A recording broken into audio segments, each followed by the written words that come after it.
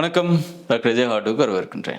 Different age குரூப்ல erectile dysfunction அப்படிங்கிற கம்ப்ளைண்டோட வராங்க. உதாரணத்துக்கு ஒரு 20-25 வயசு, இந்த மேரேஜ் ஆகல, அவரும் விரைப்புத்தன்மை குறைபாடு அப்படின்னு சொல்லி வராரு. 30 வயசு 35 வயசுக்குள்ள இருக்கிற நபர்களும் திருமணம் ஆகி 1 or 2 இயர்ஸ் ஆகுது, எரெக்ஷன்ல பிரச்சனை இருக்கு அப்படின்னு சொல்லி வராங்க. 40-45 இயர்ஸ் திருமணம் ஆயிடுச்சு, 10 ஆண்டுகளுக்கு மேல திருமண வாழ்க்கையில இருக்கிறாங்க, குழந்தைகள்லாம் இருக்கிறாங்க, ஆனா எரெக்டைல் டிஸ்ஃபங்க்ஷன் இருக்கு அப்படின்னு சொல்லி வராங்க. 50 வயசுக்கு மேல எரெக்டைல் டிஸ்ஃபங்க்ஷன் இருக்கு, விரைப்புத்தன்மை பிரச்சனை இருக்கு, தாம்பத்திய உறவுல ஈடுபட முடியல அப்படின்னு சொல்லி வராங்க. 70 இயர்ஸ் ஓல்டு, 65 to 70 வயசுக்கு மேல கிட்டத்தட்ட ஆயிடுச்சு, அப்ப எனக்கு எரெக்டைல் டிஸ்ஃபங்க்ஷன் இருக்கு, கொஞ்ச நாளா லாஸ்ட் ஒரு 2-3 இயர்ஸ் எரெக்டைல் டிஸ்ஃபங்க்ஷன் இருக்கு, உடல் ஒரு சுத்தமா இருக்க முடியல அப்படின்னு கம்ப்ளைண்ட்ல சொல்றாங்க. ஸோ இப்படி டிஃப்ரெண்ட் ஏஜ் குரூப்ல ரைட் ஃப்ரம் 20 வயசுல இருந்து 70 வயசு வரைக்கும் எரெக்டைல் டிஸ்ஃபங்க்ஷன் அப்படின்னு சொல்லி எல்லா ஏஜ் குரூப்லயும் இந்த கம்ப்ளைண்டோட வரவங்களை நம்ம பார்க்குறோம். எனவே இந்த டிஃப்ரெண்ட் ஏஜ் குரூப்ல வர எரெக்டைல் டிஸ்ஃபங்க்ஷன் என்ன காரணம்? ஒவ்வொரு ஏஜ்லயும் ஒவ்வொரு விதமான ஸ்பெசிஃபிக் ரீசன்ஸ் இருக்குது.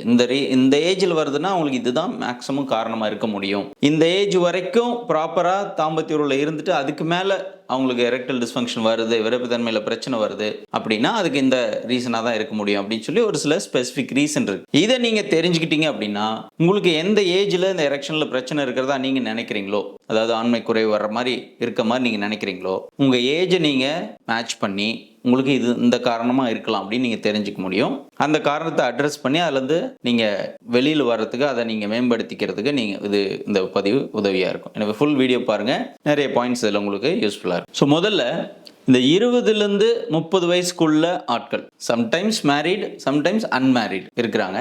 இந்த மாதிரி வர்ற நபர்கள் பார்த்தீங்கன்னா எவ்வளோ பீப்புளுக்கு வருதுன்னா ஒரு 5 to 10% ஆட்கள் இந்த ஏஜில் விரைப்புத்தன்மையில் பிரச்சனையை ஃபேஸ் பண்ணுறாங்க.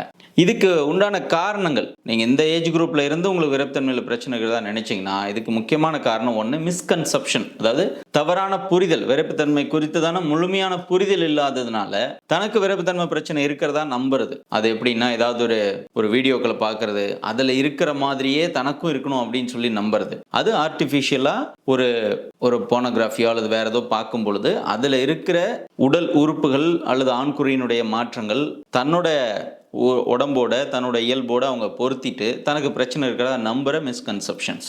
ரெண்டாவது, எரெக்ஷன் அப்படிங்கிறது எப்பொழுதுமே இருக்கணும், 20 வயசு தாண்டிட்டாலே நமக்கு எப்பொழுதும் எரெக்ஷனாகவே இருக்கணும், நமக்கு சம்டைம்ஸ் இருக்கிறது இல்லை அப்படின்னு அதை எரெக்டைல் டிஸ்ஃபங்க்ஷன் அவங்க நினைச்சுக்கிறது. மூணாவது, மற்ற உண்மையிலேயே real erectile dysfunction, hormonal imbalances இருக்கு, அல்லது ரொம்ப சிவியர் ஸ்மோக்கிங், ஆல்கஹால், ஹான்ஸ் போடுறது, இந்த மாதிரி நிறைய ப்ராடக்ட் யூஸ் பண்ணி அதனால சோர்வடைஞ்சு போறது, இந்த மாதிரி ரீசன்னால ஏற்படக்கூடியதான் இந்த 20 to 30 இயர்ஸ்க்குள்ள வரக்கூடிய எரெக்டைல் டிஸ்ஃபங்க்ஷனுக்கு ரொம்ப அதிகமான காரணங்களா இருக்கு. ஸோ இந்த 20 to 30 இயர்ஸ், இந்த 10 ஆண்டுகள் கேப்ல நீங்க இருக்கீங்க, உங்களோட ஏஜ் இப்போ இருக்கு, ஆனால் உங்களுக்கு எரெக்ஷன்ல பிரச்சனை இருக்குன்னா நான் சொன்ன காரணிகள் எது உங்களுக்கு பொருந்ததுன்னு பாருங்க. நீங்க எதையாவது பார்த்து பயந்துருக்கிறீங்க, எதையாவது பார்த்து உங்களுக்குள்ளே ஒரு சந்தேகத்தை ஏற்படுத்திருக்கீங்க அப்படின்னா அதுல இருந்து வெளியில வரணும். எரெக்ஷன் அப்படிங்கிறது எப்பொழுதுமே இருந்துகிட்டே இருக்கணும்னா எந்த அவசியமும் கிடையாது. ஒரு கவுன்சிலிங் போங்க, உங்களுக்கு எப்பொழுதெல்லாம் அந்த எரெக்ஷன் வரணும், எப்பெல்லாம் வரக்கூடாது அப்படிங்கிறத தெளிவாக உங்களுக்கு சொல்லுவாங்க. அதை தெரிஞ்சுக்கிட்டு அதை நீங்கள் உள்ள ஆள் மனசில் நல்லா நீங்கள் அதை நம்பினீங்க அப்படின்னாலே உங்களுக்கு பயம் போயிடும். ஏன்னா நிறைய பேர் ஆன்சைட்டினால வருது, பயத்தின் காரணமாக எரெக்ஷன் இல்லாமல் போகுது. இந்த யங்ஸ்டர்ஸில் நிறைய ஸ்ட்ரெஸ்னால வருது, நிறைய நைட் ஷிஃப்ட் பார்க்குறதுல ஜாப் ஸ்ட்ரெஸ்ஸாக இருக்கணும், ஃபேமிலி ஸ்ட்ரெஸ்ஸாக இருக்கலாம், இதனால் வரக்கூடியது. ஈவன் ரிலேஷன்ஷிப் இஷ்யூஸ், அதாவது மேரேஜ் ஆயிடுச்சு, நியூலி மேரிடா இருக்கலாம், மேரேஜ் ஆகி 3 to 4 இயர்ஸா இருக்கலாம், ஹஸ்பண்ட் ஒய்ஃப்குள்ள ப்ராப்பரான சிங்க் ஆகல, அவங்களோட ரிலேஷன்ஷிப்ல ப்ராப்பரான ஒரு ஹார்மோனி இல்லை அப்படின்னா அதன் காரணமா எரெக்ஷன் இல்லாமல் போறதுக்கு நிறைய வாய்ப்புகள் இருக்கு. அந்த மாதிரி நிறைய ஆயிரக்கணக்கான கப்பல் என்னால் சொல்ல முடியும் கவுன்சிலிங்க்கு வந்தவங்கள. ஸோ அவங்க பிசிக்கலா பார்த்தீங்கன்னா 2 பேரும் அப்சல்யூட் ஃபைன், அவருக்கு எல்லா ஹார்மோன் செக்ரேஷன்லேருந்து டெஸ்டோஸ்டரோன் எல்லாம் கரெக்டாக இருக்கும், நல்லா ஃபிட்டாக இருப்பாங்க, ஆனால் எரெக்ஷன் வராது. காரணம் என்னன்னா இந்த மைண்டு, அவங்க மனசு ப்ராப்பராக ஒத்து போகாததுனால. இந்த மாதிரி ரிலேஷன்ஷிப் இஷ்யூனாலே இந்த ஏஜுக்குள்ள எரெக்டைல் டிஸ்ஃபங்க்ஷன் வரதுக்கு முக்கியமாக நிறைய காரணங்கள் இருக்குது. ஸோ இந்த மாதிரி இருக்கிற கப்பிள்ஸ் அல்லது அன்மேரிட் பீப்புளாக இருந்தீங்கன்னா கண்டிப்பாக போய் ஒரு கவுன்சிலிங் எடுத்துக்கோங்க. ஒரு few sessions of counselling and தேவைப்பட்டுச்சுன்னா ஆண்மை விருத்தி சிகிச்சை மருந்துகளாக உள்ள எடுக்கும் பொழுது கண்டிப்பாக அதுலேருந்து நீங்கள் வெளியில் வரலாம், ஒரு நல்ல ஆரோக்கியமான தாம்பத்திய உறவுல ஈடுபட முடியும். அடுத்ததா 20 to 30க்கு அப்புறம் 30 to 40, அது ஒரு முக்கியமான ஒரு பீரியடா நான் பார்க்குறேன். இது வரைக்கும் கவுன்சிலிங் கொடுத்ததுலேயே இந்த 30 to 40 அப்படிங்கிறது, இந்த ஏஜ்ல ஒருத்தர் வராரு அப்படின்னா அவர் 2 ஆஸ்பெக்ட்ல இருப்பார். ஒன்று ஜஸ்ட் கொஞ்சம் லேட் மேரேஜா இருப்பாரு, அப்பதான் நியூலி மேரிடா இருப்பாங்க, அல்லது மேரேஜ் ஆகி சில ஆண்டுகள் குழந்தைங்கள்லாம் இருக்கு, இப்போ கொஞ்ச நாளா எனக்கு எரெக்ஷன்ல பிரச்சனை இருக்கு அப்படிங்கிற கம்ப்ளைண்டோட வருவாங்க.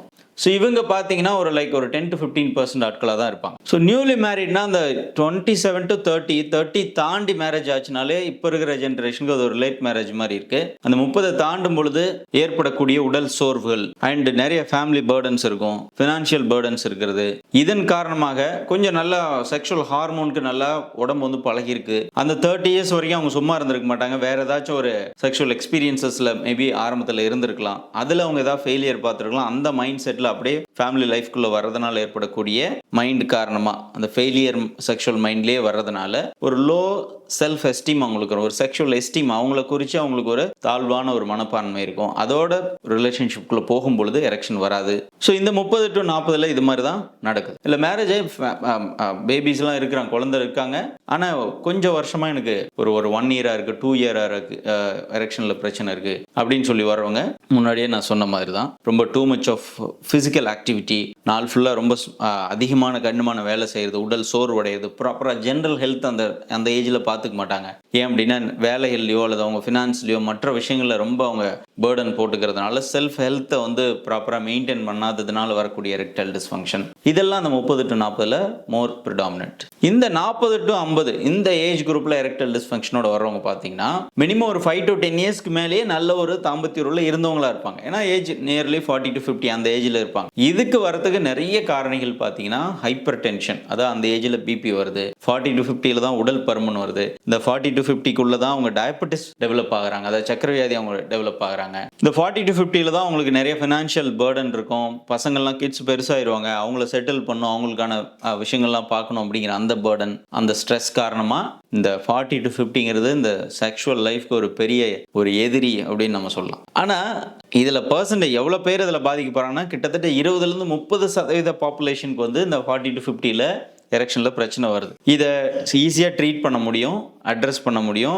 எரெக்ஷனை இம்ப்ரூவ் பண்ணிக்க முடியும். ஏன்னா அவங்க ஏற்கனவே நல்ல செக்ஷுவல் லைஃப்ல இருந்திருப்பாங்க. இந்த குறிப்பிட்ட ஏஜ் அவங்க ரீச் பண்ணிட்டு அதுக்கப்புறம் தான் அவங்களுக்கு இதில் சோர்வு ஏற்படும். ஸோ நீங்கள் இந்த 40 to 50 நீங்கள் இருக்கீங்க அப்படின்னா நீங்கள் செய்து கொள்ள வேண்டியது என்னன்னா, வருஷத்துக்கு ஒரு முறை ஒரு முழு உடல் பரிசோதனை பண்ணிக்கணும். ECG எப்படி இருக்குது, உங்கள் எக்கோ எப்படி இருக்குது, உங்கள் மற்ற பிளட் லெவல்ஸ் பேராமீட்டர்ஸ்லாம் எப்படி இருக்குது, இதெல்லாம் பார்த்துக்க வேண்டியது ரொம்ப ரொம்ப முக்கியம். எதுக்காக சொல்கிறேன்னா, அந்த 40 to 50 எரெக்டைல் டிஸ்ஃபங்க்ஷன் வருது, நல்ல எரெக்ஷன் இருந்து நல்ல ப்ராப்பர் உடல் உறவுல இருந்துட்டு இருக்க ஒரு நபருக்கு 40 to 50 உடல் உறவு கம்மி ஆகுது அப்படின்னா சம்டைம்ஸ் ரேர் கேசஸ்ல அவங்க இதயம் பலவீனமாகுது, இதய நோய் வருவதற்கான வாய்ப்பு இருக்குன்றதுக்கான ஒரு அறிகுறியாகவும் இந்த எரெக்டைல் டிஸ்ஃபங்க்ஷனை எடுத்துக்க முடியும். நிறைய ஸ்டடீஸ் அதுக்கு எவிடன்ஸ் இருக்கு. ஏன்னா எரெக்ஷன் அப்படிங்கிறது பிளட் ஃப்ளோ வந்து ஆண்குறிக்கு நேராக அதிகமாக ஃப்ளோ ஆகிறதுனால, பம்ப் ஆகிறதுனால ஏற்படக்கூடியதான் விரைப்புத்தன்மை. அப்போ ஒரு நல்லா இருந்த ஒரு நபருக்கு அந்த குறிப்பிட்ட ஏஜ்ல இருந்து அவருக்கு பிளட் ஃப்ளோ கம்மி ஆகுது, எரெக்ஷன் கம்மியாகுது அப்படின்னா மேபி ஹார்ட் வீக் ஆகுது, அல்லது ஹார்ட்ல ஏதாவது ஒரு வால்வுலர் டிசார்டர் இருக்குது,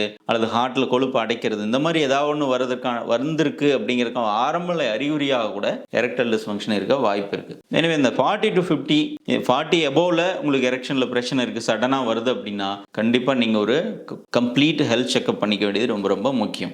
அப்படி பண்ணிட்டு என்ன ப்ராப்ளம் ஃபைண்ட் அவுட் பண்றீங்களோ, உங்க ஜெனரல் ஹெல்த்ல என்ன இஷ்யூ நீங்க பாக்குறீங்களோ, சர்க்கரை இருக்கிறதா கண்டுபிடிச்சீங்கன்னா சர்க்கரை ட்ரீட் பண்ணுங்க, பிபி இருக்கிறதா கண்டுபிடிச்சீங்கன்னா பிபி ட்ரீட் பண்ணுங்க, கொலஸ்ட்ரால் இருந்ததுனாலும் எரெக்ஷன்ல பிரச்சனை வரும். ஏன்னா பிளட் கொலஸ்ட்ரால் அதிகமாக இருக்கும் பொழுது பிளட்டோட விஸ்காசிட்டி, அதோட ஒட்டும் தன்மை ரொம்ப அதிகமாகவும் திக்னஸாகவும் இருக்கிறதுனால பிளட் வந்து ஒரு இடத்துல இன்னொரு ஃப்ளோ ஆகிறது ரொம்ப ஸ்லோவாக இருக்கும். அப்போ ஆண்குறிக்கு நேராக பிளட் வந்து பம்ப் ஆகாது, உங்கள் மனசுலலாம் ஆர்வம் இருக்கும் ஆனால் வந்து பம்ப் ஆகாது, எரெக்ஷன் வராது. ஸோ கொலஸ்ட்ராலை ட்ரீட் பண்ணணும். ஸோ இந்த என்ன பிரச்சனை கண்டுபிடிக்கிறீங்களோ அதை சரி பண்ணி உங்கள் ஜெனரல் ஹெல்த்தை கரெக்டாக பார்த்துக்கிட்டிங்கன்னா மீண்டும் எரெக்ஷன் வர ஆரம்பிக்கும், மீண்டும் உங்களோட செக்ஷுவல் ஹெல்த்தை நீங்கள் ரெஸ்டோர் பண்ணிக்க முடியும். அதே மாதிரி 50 to 60 அப்படின்னு வச்சுக்கலாம்.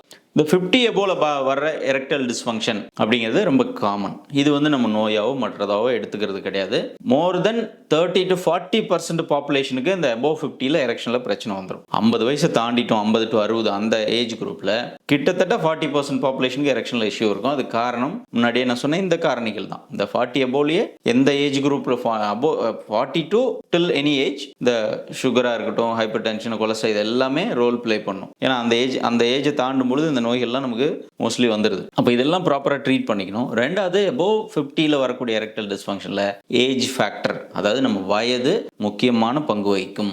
50 வயசு நான் தொட்டுட்டேன் அப்படின்னா நமக்கான அரௌசல் அப்படிங்கிறது அந்த ஸ்பார்க் அந்த செக்ஷுவல் ஸ்பார்க் வந்துட்டு இயல்பாகவே இயற்கையாகவே 20%க்கு மேலே டிமினிஷ் ஆகிடும், கம்மியாகிடும். அதை நம்ம ஒத்துக்கிட்டு ஆகணும், அதை ஏற்றுட்டு தான் அதோட நம்ம பயணிக்க வேண்டியிருக்கும். ஸோ எனக்கு முன்னாடியெல்லாம் எனக்கு 100% எரெக்ஷன் இருந்தது, இப்போ ஒரு 55 வயசு ஆகிடுச்சு, கொஞ்சம் கம்மியாயிடுச்சு, நிறைய மருந்து கொடுங்க, மருந்து சாப்பிட்றேன் அப்படின்னு நீங்கள் போய் யார்ட்டையும் கேட்க வேண்டியதில்லை. ஒரு 60 to 70% எரெக்ஷன் இருக்குது அப்படின்னாலே அது உங்களுக்கு நார்மல் தான். நீங்கள் அதில் உங்கள் தாம்பத்திய வாழ்க்கையை அந்த அளவுக்கு தான் இருக்குன்னு அதை அக்செப்ட் பண்ணிக்கிட்டு இருக்கிறதா நல்லது. பட் ஸ்டில் 50 above தாம்பத்திய வாழ்க்கையில் இருக்க முடியும். அது ஏஜ் ஆயிடுச்சு அப்படிங்கிற மைண்ட் செட்டுக்கு நம்ம போக தேவையில்லை.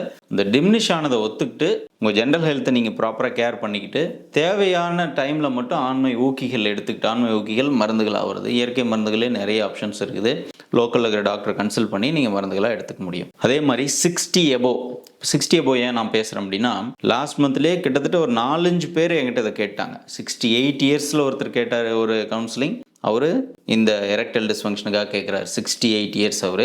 அதே மாதிரி 17 year is a diabetic person taking medicine. அவருக்கு எரெக்ஷன் பிரச்சனை. இன்னும் சொல்ல போனால் இன்னும் ஒருத்தர் 63 to 65 I think heart patient, ஹார்ட்டுக்கு கார்டியாலஜிஸ்ட் மாத்திரை சாப்பிட்றாரு. அது இல்லாமல் இன்னும் வேரியஸ் ஹெல்த் இஷ்யூஸ் மெடிசன்ஸ் போயிட்டு இருக்குது. அவர் எனக்கு எரெக்ஷனில் பிரச்சனை இருக்குது அப்படின்னு சொல்லிட்டு வயாக்ரா டேப்லெட் யூஸ் பண்ணுறாரு.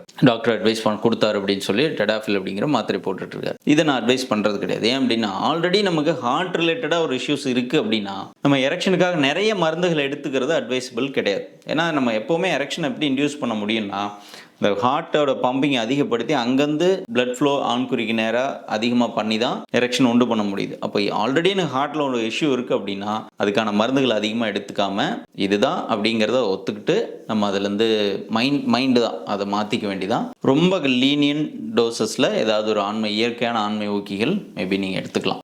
ஸோ 60 above வரக்கூடிய ஆண்மை பிரச்சனையாக எடுத்துக்க முடியாது. எரெக்டல் டிஸ்ஃபங்க்ஷன் அப்படிங்கிற நோயை எடுத்துக்க முடியாது. அது பார்ட் ஆஃப் ஏஜிங். முடி நரைச்சி போகிற மாதிரி பல்லெல்லாம் கொஞ்சம் நமக்கு வீக் ஆகுது, ஸ்கின் எல்லாம் வீக் ஆகுது, நடக்கிறது வீக் ஆகுது.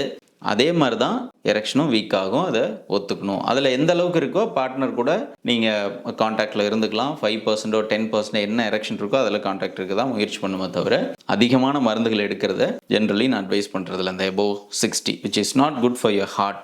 இதயத்துக்கு அது பெருசாக நல்லது கிடையாது அப்படிங்கிறனால. பட் ஆக்டிவான ஒரு பர்சனாக இருக்கிறீங்க, நீங்கள் உங்கள் உடம்பை நல்லா ஃபிட்டாக வச்சுக்கிறீங்க, டெய்லி வாக் பண்ணுறீங்க, உங்கள் பிளட் சுகர் கரெக்டாக இருக்குது, உங்களோட பிபி கரெக்டாக இருக்குது, எல்லாம் சரியாக இருக்குது அப்படின்னா ஏஜ் இதில் பிரச்சனையே கிடையாது. நீங்கள் 90 வயசாக இருந்தாலும் கான்டாக்ட் வச்சுக்கலாம், உடலில் இருந்துக்கலாம், எந்த பிரச்சனையும் கிடையாது.